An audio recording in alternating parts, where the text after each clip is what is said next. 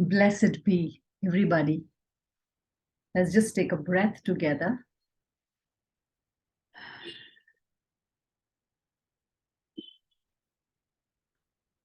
And continuing this journey of walking the dark light rhythm, getting to know it more, seeing its imprints in nature, how it shows up. That's what we are doing now. We are preparing the stage for entering into how the human being, and specifically the woman, fits into it, and how her body, her biology fits into it. Yeah. So, and today we are going to kind of enter into that gateway. And so this particular one, which I call it the life cyclic rhythm, our life cyclic rhythm of a woman, of being a woman, it's going to be divided into two parts. Yeah, because I feel it's a very core aspect of being a human female. Yeah. So let's begin our journey today, and let's take a recap first of what we did till now. And I want to kind of share this, this compass. This is where your compass. And so this is the life cycle. Yeah. So we are going to kind of, and towards the end is when we are going to really go into the compass of a woman, which is based on her bleeding cycle. So let's see what we did till now. What do you remember? Just recall. And let's start with our journey here. Give me 1 second. And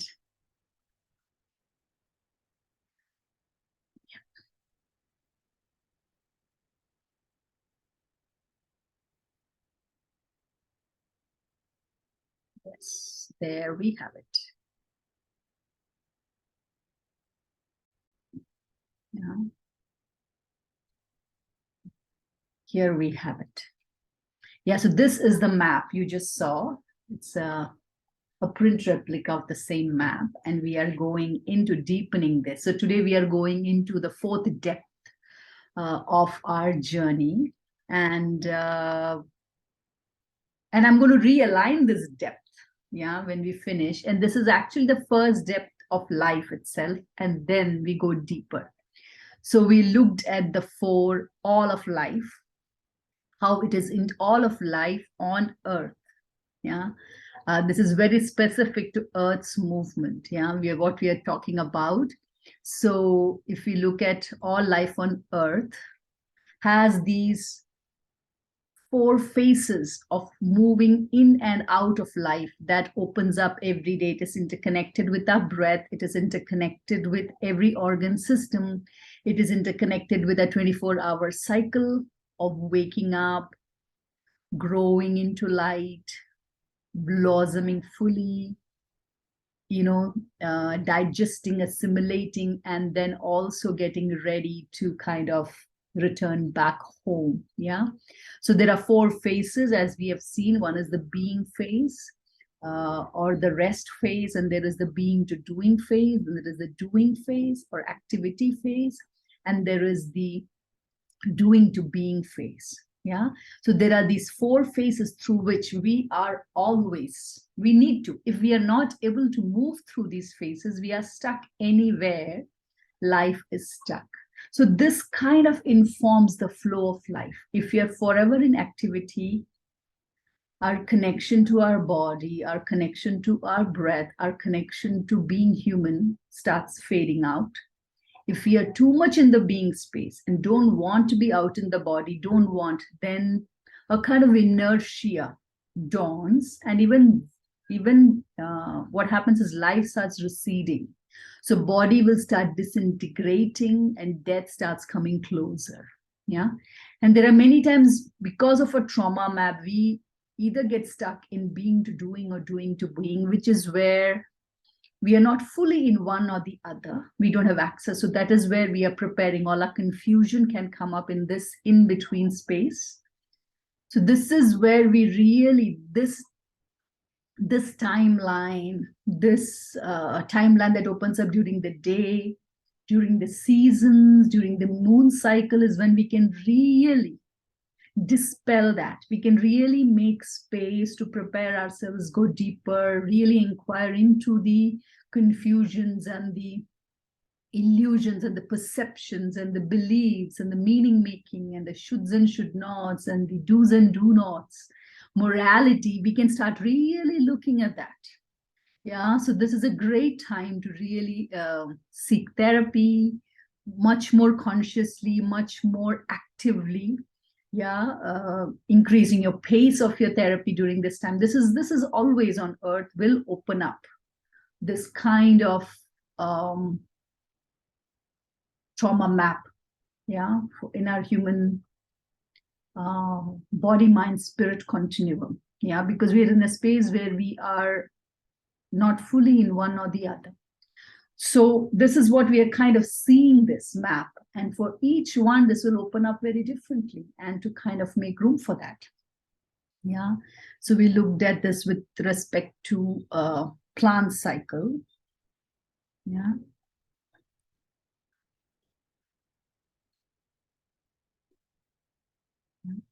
And this 4 phases, one is the fully black phase and fully white phase, and then we have the black and white, the gray areas, right? So the white has all the colors. So if you look at this, everything has room. There is nothing that exists outside this. So every feeling, every emotion, every thought, sensation, judgment can be placed on this. And you can see where the stuckness is, yeah?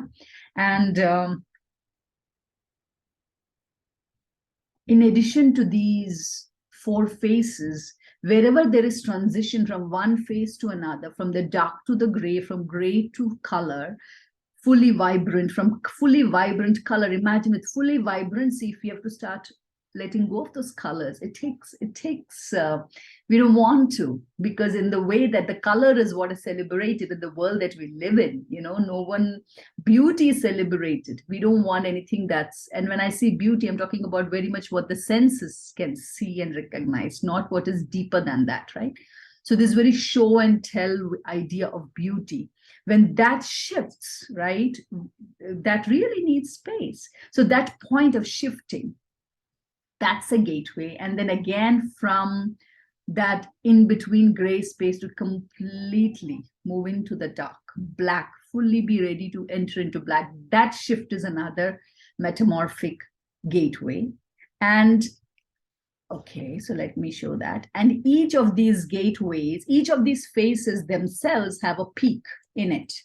Yeah, so if you look at the seed culture, you can see that the planting the seed, buds appear, fruits go, all ends well.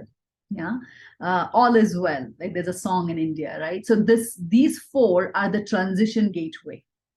Yeah, these are the transition gateway. And when you look at die, rest, seeds sprout, flowers blossom, harvesting the fruits, these are the peak. These are the threshold. These gateways. So all these 8 metamorphic pit stops really need to be, I mean, consciousness everywhere is, awareness is the thing, but it's these things, when you move towards these gateways, these 8 metamorphic pit stops, to walk consciously, because it opens certain vortexes through which intergenerational trauma, land trauma, and so many other things kind of enter to either bring balance or to peak something. And karmic patterns can really get open during these times. So we have to see, where is it? Is it mine, or is it coming from somewhere else? Where am I right now? So we, instead of acting and reacting, and even if we do that, to really start looking at these reactions and these triggers and expanding our beingness. Yeah, so these gateways are really, really very important stop points, pause points in life. Yeah. So now I really want to bring this map before we go into the human. We want to really look at within which this map, our life on earth. Yeah. So we looked at the 4 phases and the 8 metamorphic pit stops, and now we are looking at the 24-hour clock, that on earth life, light and dark rhythm, it moves through a 24-hour clock. Yeah. And here again, you can see the metamorphic pit stops. The peak dark is midnight, peak light is noon when the sun is right above our head. And this shifts with seasons as we have seen. Then we have the 3 a.m. and 3 p.m. clock. We have the 9 a.m. and 9 p.m. clock. And then we have the dawn and the dusk. Instead of 6 a.m. and 6 p.m., I would rather say dawn and dusk because that time shifts. Yeah. So these are the mapping points. Yeah. And with the seasons, with months, 365 days, the time that Earth takes to make one full revolution or rotation around the sun, there are again pit stops opening. When winter, peak winter is peak dark. Yeah, when we transition from winter with the first light, with the 1st of Feb, that is the beginning of entering into the in-between phase, being to doing phase. And then as we enter into 1st of May, we again shift, right? And then we enter into 1st of August, we are again entering into different phase. And 1st of November, back into winter. So you can see the four phases. And then the metamorphic pit stops we looked at are the solstice. So this solstice, the spring equinox, the summer solstice, the winter solstice, the autumn solstice, and the winter solstice and the autumn equinox. So these dotted lines represent the equinox and solstices. Yeah. So you can see the horizontal is the solstice, is the equinox, and the vertical is the solstice. Yeah. So you can see the months, and then on this, I'm going to kind of, you can look at the most at summer, autumn, winter. And on this, I'm going to bring the zodiac. So you can see that when we enter Capricorn, we are actually at the winter solstice. So winter solstice opens Capricorn, and it is in Aquarius. And towards the end is when we enter spring and new birth of the zodiac cycle, Aries and Taurus. Yeah. And entering into Aries is how we enter 1st of May. In the middle of Taurus is when we enter into summer.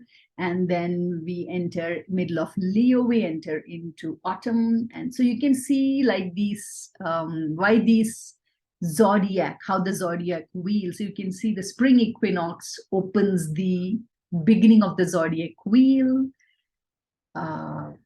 Autumn equinox, we are at the middle and it's taking us into peak of autumn. We are in the autumn and it's reminding us of winter. And then summer solstice actually opens the Cancer. Yeah. So that is the moon. Yeah. And it is also rains. Moon is water. Cancer is water and rain. Capricorn is earth. So all these zodiacs, as you can see, they also have their elements connected, like Aquarius is air, Pisces is water, Aries is fire, Taurus is earth, Gemini is air, Cancer is water, Leo is fire. So you can see that all the 4 elements are kind of in every phase. So if you go to autumn, from fire recedes to Virgo, earth, air, entering water. Yeah, water solidifies. Scorpio really creates this dark, deep depth of water. Yeah, so these, you can see all the 4 elements and the planets are also here. So this is like, so I'm just showing you the outward environment into which the human body is mapped. Yeah, and so everything has significance here. And it is so amazing that we have had, like those who came first, in so like ancients, they, without any telescope, without anything, they knew this map. So if you can see the connection between the inner and the outer must have been so deep, like there was no separation. Yeah. And the separation was just enough to know. Yeah. Not like today, our separation from our body and spirit, we've gone so far away that to even grasp this interconnection is almost feels impossible, because our own journey to our bodies feels impossible.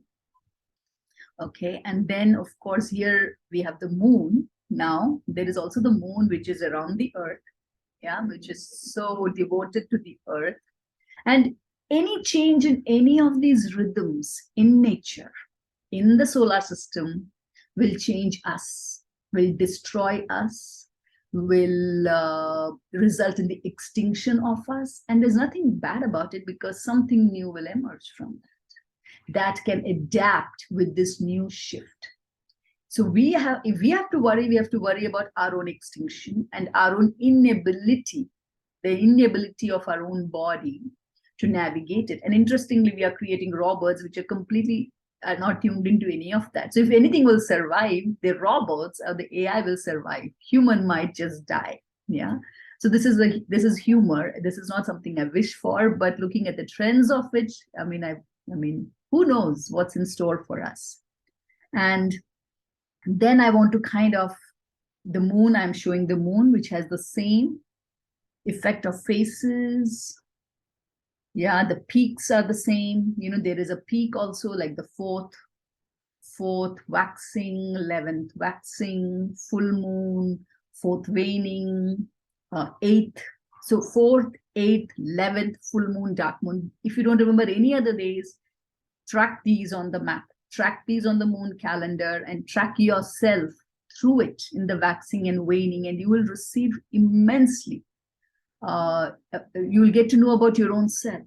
These are gateways which open more than your personality. There's so much more that is behind us. We as human beings, I feel we are on the tip of the iceberg of life. So life sits beneath us. There's a huge life that's behind us that has brought us here, not just within our ancestry, but with life on earth and everything. Yeah. And then I also wanted to show the movement of the elements. So the elements are present, and elemental consciousness, I can do 6 days just on elemental thing and just to tune into our body. But I'm opening this up so you can start becoming present to the elemental map. Yeah. So if we look at the elemental map with winter, as winter comes, as you move away from the equator, you'll start really seeing this map open up, right? The further. And I feel like India is geographically, if you look at India, is situated at such an optimum place. We have all the weathers and seasons, but nothing is too much. So the way life has thrived here, has the possibility of thriving here, has been unbelievable. No wonder everyone from everywhere came looking here. Yeah. And we have paid a price for this thriving, ideal location that we as a continent came into existence. Yeah. And so winter, if you go more north towards India and even certain parts, the more you move towards the north, you'll see as winter comes, there is a quietness that starts happening in nature. Earth becomes heavier, consolidates, earth becomes heavier, body becomes heavier. So in winter, the fat reserves, as we go more and more to cold, the body's fire increases. We might tend to eat more to create more heaviness. There is more sleep time, more melatonin. So the fat, it's very natural to gain fat in winter. That is how it's designed, especially in cold areas. You need to be able to the body needs to survive. So there's a protection with the fat, so the space. So fat is actually fire in many ways that comes around in the body to create warmth. Yeah. And so that's what happens. So life on earth, really, earth itself can feel as heavy, solidity increases. So in many parts even in India, during that time of Aquarius and Capricorn, we really don't do tilling of this land. It is seen as a time when earth is dead or earth is resting and everything is paused. We usually don't even do auspicious things during that time. And another time that we don't do auspicious time is in Cancer. So it is at this peak of changing from dark to in between and light to in between that we really don't do auspicious things. Yeah, we really go quiet when Capricorn and Aquarius, and especially Capricorn. It's seen as a peak of that time that earth element really becomes heavy, and Capricorn is the most earthy zodiac sign, and it's connected to Saturn. So we take rest, we go pause, yeah. And then as Aquarius comes, yeah, there is movement, there is some wind, there's movement, and this movement is what causes warmth. Yeah, so there is warmth, the first light starts happening. And as the first light starts happening, in the cold region, the snow or the ice begins to melt on mountains. And as it melts, water begins to flow, earth opens up. So literally earth opens up, and we'll see how it also opens up in our body. So earth opens up. So this movement is also happening to our body. Water begins to flow. So this is the time to really, as human beings, we need to support it. We can continue to be lethargic and say, oh, I'm tired. Or we have to consciously now start moving, walking, go out for the sun, brisk walk, allow rubbing, scrubbing, allow the body. So the fat that we gain during, it can start melting. The fat in the body also can melt, and life starts returning. So this movement is very, very important. Yeah, with seasonally, if you want to really get back into momentum, this is the time to really exercise, really get briskness and swiftness and running and all those kinds of movements to release the fat, to melt the fat and bring back flow in the body. On the land, you will see suddenly everything is sprouting as water comes back into the earth. Things are opening. We can see, we can start hearing sounds. So you will see that in winter, all the birds, animals, everything goes quiet. There's a silence. So everybody's hibernating. Everyone has gone into the caves and they're resting, they're sleeping. And in spring is when life kind of starts to come back into activity, as water is, because water is where all of life begins. Yeah. And began on earth. Yeah. So, and life is returning to earth. So water element really will be very evident. All rivers are full, or I mean, even if they're not full, they are kind of, in Hindi, there's a word called atkeliya. Like they are, even the river has this movement of this very young, chirpy, excited, enthusiastic, playful movement. All waters are released. So this is also the time to nourish our play, nourish our playfulness. And you'll see many of our festivals during this time are about that, of really play and connection. Young people are really at the center of these celebrations. Yeah, the maiden. And then we enter into winter, into summer. And as the sun is peaking up as we're entering summer, the sun is becoming stronger. So this is the same also with 9 a.m. onwards till 3 p.m. Sun is getting, so we really need to get into activity and also conscious activity. Yeah. And since fire peaks, you also need to feed the fire. So whatever that fire is, whichever fire, we spoke about 5 fires earlier. So we have to feed and support and nourish that fire. And if you're able to really nourish that fire in life, then fire transforms. So earth blossoms. If you look at nature, all this fire and water, in a way that they meet. See, fire and water directly cannot meet. Fire can completely disappear, evaporate water or extinguish water, and water can extinguish fire. So they can't directly meet. So there is a way in which they meet, and it is not easy. It is painful because both have to let go their own death to meet, to blossom. So this is the time when all of life blossoms. Earth is abundant with fruits and vegetables. And so in summer, wherever there is this in-between area, not Arctic and not equator, there is life blossoming colors and, so every colorful fruits and veggies are out there. So feed yourself on that fire, nourish the fire in the belly, nourish the fire of love, nourish the fire of knowledge. This is a great time for all of that because everything is here now. So in this way, though consciously, it's not a very active, conscious movement towards the spirit. Through the body and the blossoming, we are also blossoming our expression of spirit. In expression. So spirit is now seen in expression. In winter, it is not seen. It's literally seen how it is. Barren, empty, nothing. Yeah, which is full. So here we see the fullness of space. Yeah. And then again, life doesn't end there, right? So as you know, as autumn comes, you'll start seeing that wind begins. Wind starts. Now, wind has a different quality. See, air's quality is actually cool. Yeah, so now the wind is blowing for something else, because what has happened is everything has reached its fullness. Now things have to start winding back into space. So all nature does that. Leaves have reached their highest potency of growth. So now they need to kind of return back home and come back in a different way.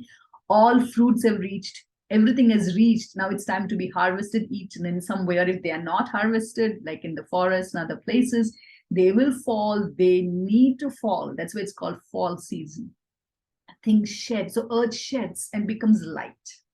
So this is a time of lightening, just like spring, but a different kind of lightening. So here in spring, you're light, becoming light so that you can move and run around. And here you're becoming light because you don't want to carry stale things, rotten things, which have reached its threshold. So this is the time when, you know, the shedding is letting go so that new life can come. And warmth starts receding, water starts solidifying, yeah, and more space begins to open up. So right now we are in winter, yeah.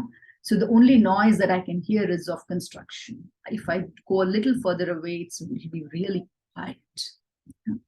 I don't even hear sounds of bird, which I would hear otherwise. Lots of bird sounds have kind of paused here. The cooing of the cuckoos or the peacock sounds have all gone, and they will come again in spring. And then again, we come back into space. Space starts opening up, earth solidifies. So if we move with this, so this is where the nature, this is how nature is moving. These are all happening in nature. And what we know today, that this biology, this informs our biology. This informs the working of our body. So we can't be doing the same thing throughout the year. Impossible. And so we need to walk with nature. We need to pick a pace, slow down, rest, be active. What we eat throughout the year can't be the same thing. Our exercise patterns cannot be the same throughout the year. So our relationships won't show up the same throughout the year. So this is the maturity that in the ancients, or we don't even have to go ancient, if you go to any earth-based culture, which are not, which are still connected to their old earth culture, not the religious culture, but the earth culture, which is in this earth map, you can see that children very early on, they recognize this. They know the cycle of life. So for them, pain is very much part of life. Pain is part of life. And so for them, they're not afraid of pain. Yeah? Death, they're not afraid of death because they see death every day in nature. Every day there is death in nature. We create urban dwellings where we can block off death and we can create this illusion that we can be forever young, but we are not. So this is the maturity of becoming an adult that we gain in life, the cyclic nature of life, and to allow that to meet us, to make room for that. Yeah. And so now I really want to show this map of this journey of earth and to the journey of coming into the arrival of Homo sapiens. If you look at it, we are very, very recent on this planet. Yeah.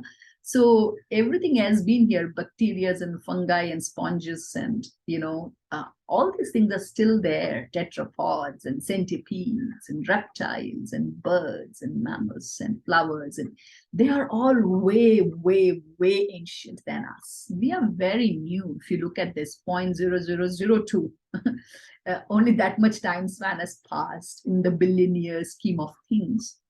So we are new. And imagine in these new, because of a disconnect, how much harm we are able to cause. So someone is only able to cause harm because of this dissociation in the body, with nature, with the rhythm. Yeah. So most of these life forms are intertwined with this clock of nature. There is a very small percentage which had to, based on its own adaptation of the body, its biology had to adapt to be the other way. So it is awake at night and it is asleep during the day with light, but it has light receptors, so it is able to do that. So in this journey, we are really looking at our biology. So now we are going into the human map, being a human and being in relationships life. Yeah, how do we walk this? And I'm talking about marriage. Whether you marry, you do not marry, doesn't matter. There is a waning and waxing in relationship. There is a waning and waxing in sexuality, sexual urges. So everything has the cyclic movement, and this is our opportunity to begin to see that. Everything is cyclic. Things come and go. So if you want even the same relationship, if 50 years people are just being happy, it's impossible. That's been there. They have cyclically moved. They have created gateways in relationship where they have stepped again into something. Yeah, they have. So every time, even in life, we need to reevaluate a relationship. And it doesn't mean relationships have to end, but they need to have a new beginning. There always needs to be a new beginning, and the old needs to be allowed to go. Yeah, that brings freshness. Okay, so now the journey till now, whatever we saw, the moon map, which is connected with so much with the mind, the sun rhythm of the seasons, and the earth rhythm of the day and night, these are common to man, human female, and human male. Now we are going specifically into human female. Why? Because this map is integrated into her biology. And in her biology, there is this space which is built in. This clock is exactly like that, built into her rhythm. And that's what we're going to look at now. So now we are going into the life cycle of being a woman. And here you can see a young girl, older, and a grandmother, and this movement of maturing. Yeah. So today we are going to now step into this vortex of being a human female. And what does that really mean to be a human earth female? And what does that really mean? What do you make it mean? And that's where we are going to see, what do you make it mean? And what am I speaking about in this continuum? And we will find our meeting point. And then we continue into our fifth depth in the next few videos, okay? So this video is dedicated to all women, yeah, all human females. And yeah, I have been birthed by a human female, and I feel every human life has spent time inside a human female, and then we have made our exit into the earth.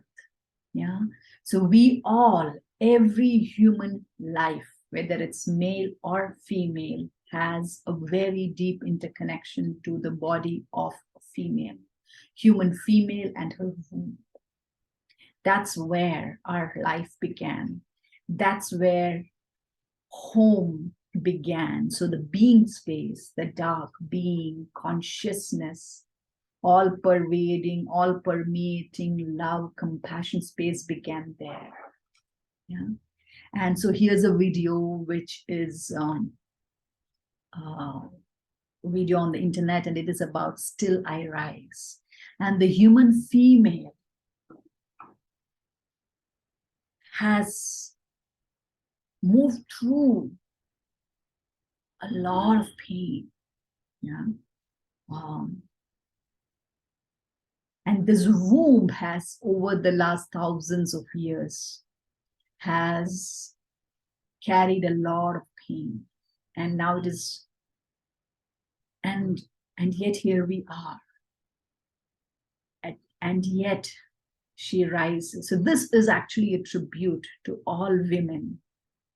In spite of all that has happened, we still rise and we show up, and we still show up in relationships, and we still choose to have babies, and we give birth, that we are allowing that nature to inform and come through us in spite of it.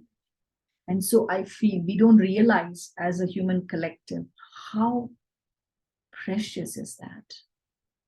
Yeah, because then we are able to come back into human life because of her, and of course because of a man. But we know now more and more how much the connection between a human female and the baby, the beginning of life, and a human female are connected very deeply. So let's begin by watching this video, and I invite you to really stay present. Where are you?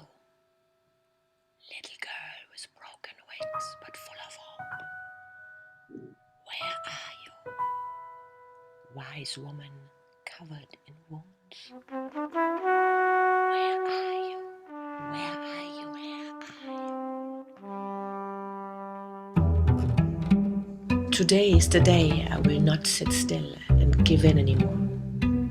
Today I rise. I am bruised, but I will get up and walk again. Today I rise. I don't care if you ignore my beauty. Today I rise. Through the alchemy of my darkest nights, I heal and thrive. Today I rise. Today I rise. I move through the world with confidence and grace. I open my eyes and I am ready to face my wholeness as a woman and my limitless capacities. I will walk my path with audacity. Today I rise.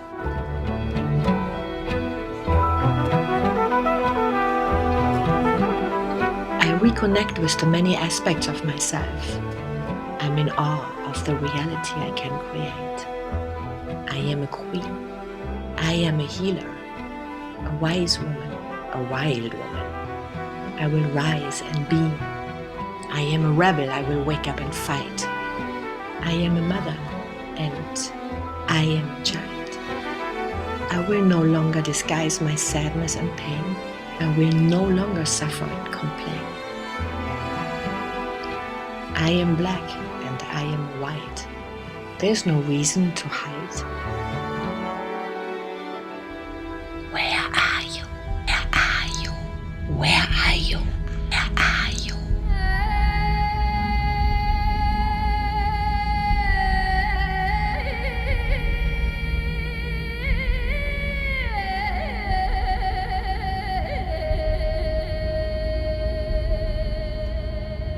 I call upon Kali to kiss me alive. I transform my anger into power. No more heartache or strife. The world is missing what I am ready to give. My wisdom, my sweetness, my love, and my hunger for peace.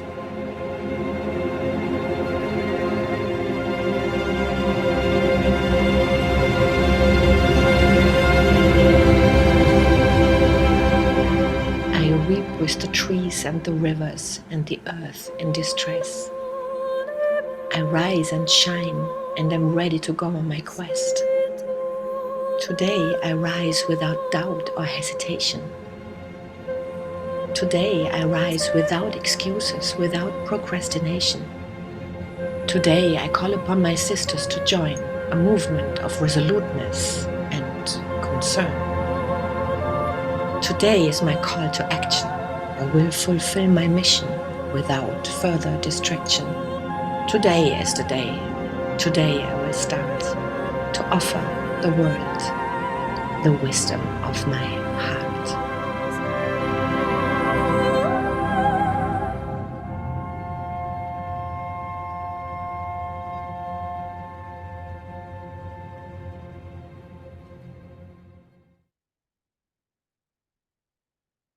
And I invite you into a pause right this moment. Because our first bow in life is in front of the mother. As a human female or a human male, our first bow is to our mother. And I invite you into that bow. Surrender to the mother. All the human mothers, all the mothers of all species, the rivers, the earth as the mother, our mother, earth mother, going all the way back into beginning of life.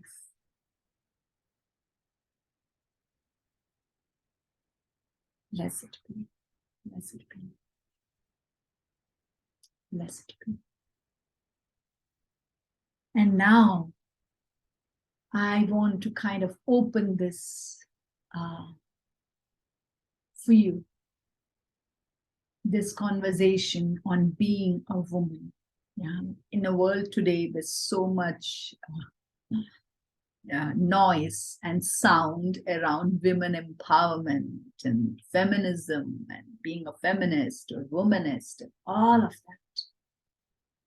That's wonderful. And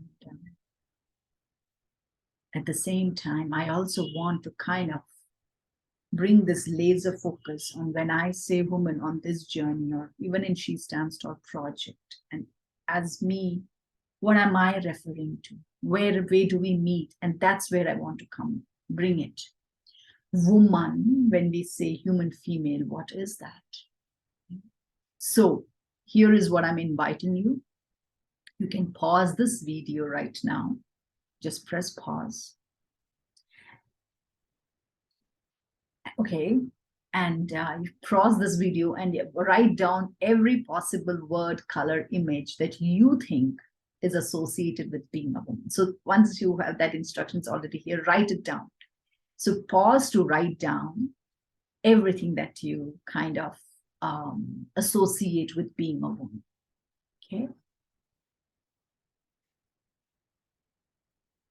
So I'm assuming you have a plethora of words and phrases and language and colors and patterns and maybe images and scenarios, or I don't know what you have, but I'm assume that. So if you haven't, just give yourself, I feel you can easily have up to 50, 60, fill it up, write pages after pages, create this. This is really something for us to, I hope that you have so many words to associate with this question of being a woman.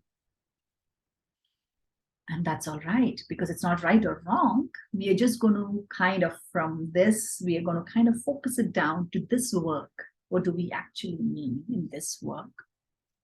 So now what I'm going to invite you is look at all the words representing qualities that you have written down. Kindness, courage, softness, or weak, or strength, or compassionate, or loving, or nurturing, nourishing. Any of these words which represent quality. So these are nouns. Find all those words. Look at it. Do I have these words? And I'm sure you do.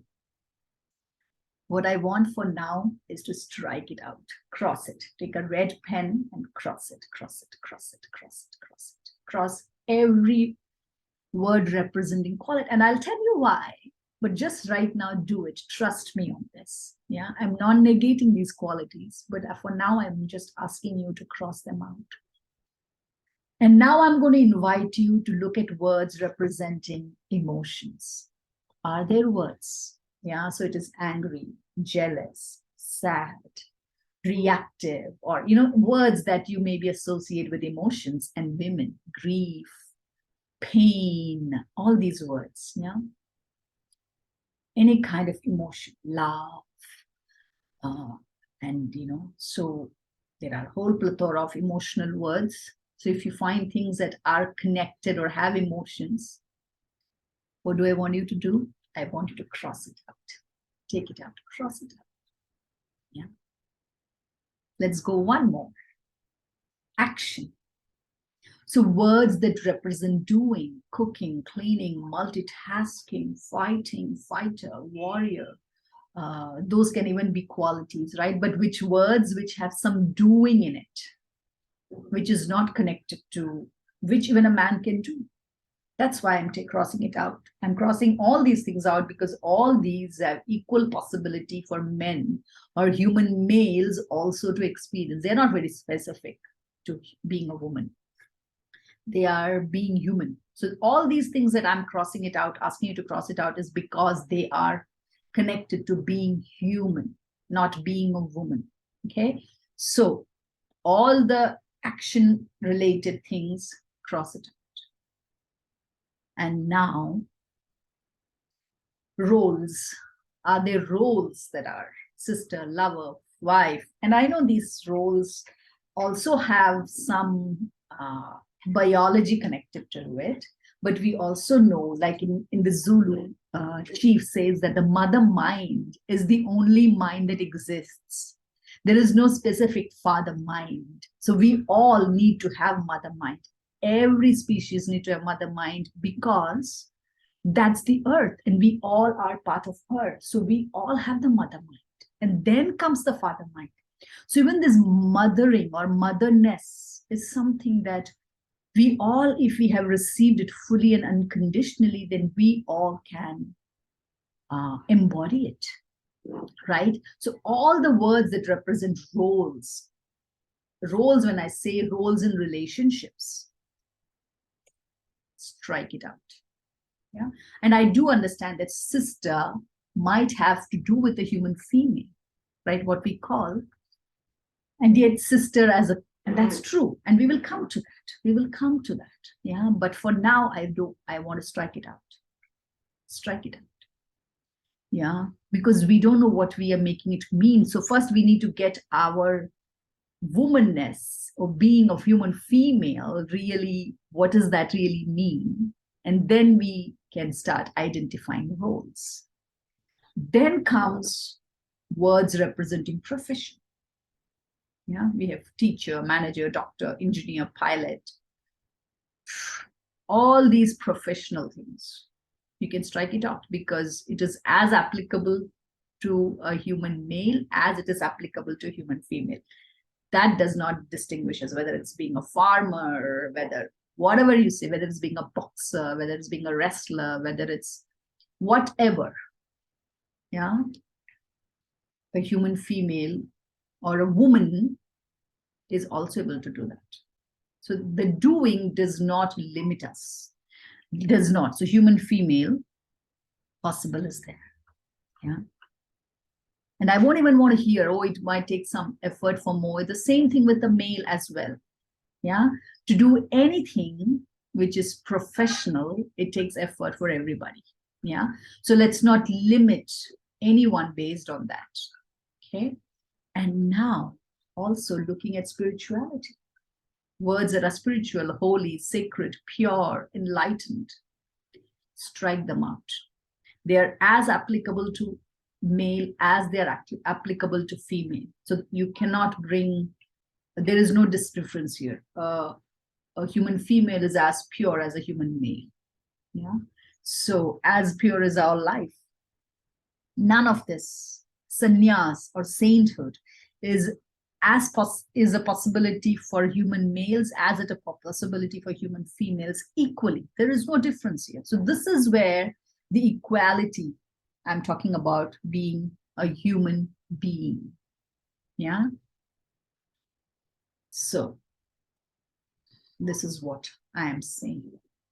All these are equally true for every human. So now I'm going to kind of invite you to look at your words and see, are there any words representing biology and biological experience in a woman? And that's a plethora. And biology, I'm not talking about digestion, but very specific to being a woman. So the womb, the ovaries, the breasts, the lactating, breastfeeding, pregnant, vagina, ovulating, clitoris, vulva, PMS, bleeding, and biological experience. For a woman, because of these things, her body is forever changing. Her emotional map is also shifting and changing. Her breasts, experience of her breasts and touch will continue to change because of the biology. Yeah. Dreams will continue to change because of biology. Her intuition is very different. It is sometimes it's expanded, sometimes it's deep, and sometimes it's so mixed up with relationship and all day-to-day things. Sensations, how she is. So her biology directly influences her experience. Yeah. She will not look the same. Someday she may look beautiful, and there might be times because of her womb rhythm and the hormonal movement, she will look different. Sometimes her body fat will look more, and sometimes her body fat recedes. So she is literally, this map that we looked at is very directly happening in her body through her womb and the rhythm of her womb. So fitting, so you cannot measure a human female in the same way in her biology. So it's in the biology that I am talking, being a woman. If this is not rooted and this experience is not open, then you do not know yourself really as a woman. You have not tapped into your potentiality, your experiential nuances. You do not know yourself. Yeah? And I want to challenge this. Really, I'm challenging this. You may not agree with this. It doesn't matter to me whether you agree or not. Yeah. And as women receive their biology and they start fighting it and not honoring, if your woman map is not based on this biology, you will definitely be having issues with your biology. Your blood will have issues. Your blood will reduce. Your menstruation cycle will start waning in. It will start dying. It will start disappearing. Yeah. And many times it is this, at this point, when a woman is in a relationship, a human female is in a relationship with a human male and she wants to have a child, is that many times women suddenly wake up and they start looking at this. Yeah. Till then, we don't even know what's making me, what's me. And this is your map. This is your compass, is your biology, your womb biology. And hence, in this work, I am very specifically, so the work I bring into this world and the She Stands Tall project is very much founded and rooted in a woman. She who has a womb, she who ovulates and menstruates, or she is yet to ovulate and menstruate, or she will ovulate and menstruate, or she has already ovulated and menstruated and now is in the winter of her life. But this is who I refer to as woman. And it is so important for this woman to claim herself, to fully come into her biology, honor it and her biological experience, and be at ease with it and comfort with it and see it as an extension of nature. Because her ease is what comes down generation. And somewhere, because of whatever reason, we lost this ease of being in our biology. We got disconnected from our body, and that disconnect continues to get passed down. So I feel we have a very important role to play in that. And there are many things. When we say womb, we become a collective map. Women, at some point, when you start really connecting and relating to each other, you will start bleeding together. There's a deep connection, a web of connection that opens up. There's a wild connection of herdness, of groupness, interconnectedness that opens up between women. And to really start allowing that to happen and show up in this world. Yeah. And it is not better or worse, or it is not of a, we have this need now. We see everything as number one and number two, but this is not a rank. This is biology, and this, when we align with it, we support the flow of life for everybody.